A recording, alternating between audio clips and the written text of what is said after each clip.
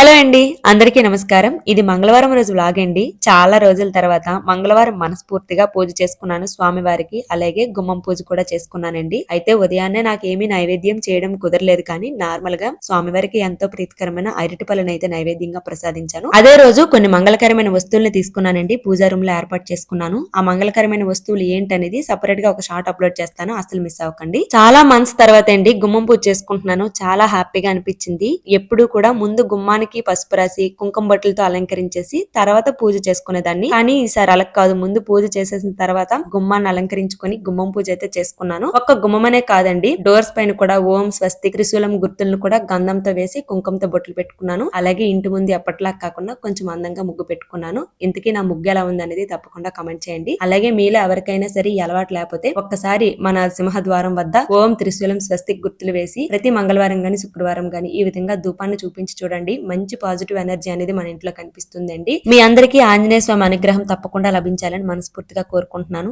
జై శ్రీరామ్, జై హనుమాన్. అలాగే మన ఛానల్ 1 లక్ష సబ్స్క్రైబర్స్ కి దగ్గరలో ఉంది. ప్లీజ్ సబ్స్క్రైబ్ చేయండి.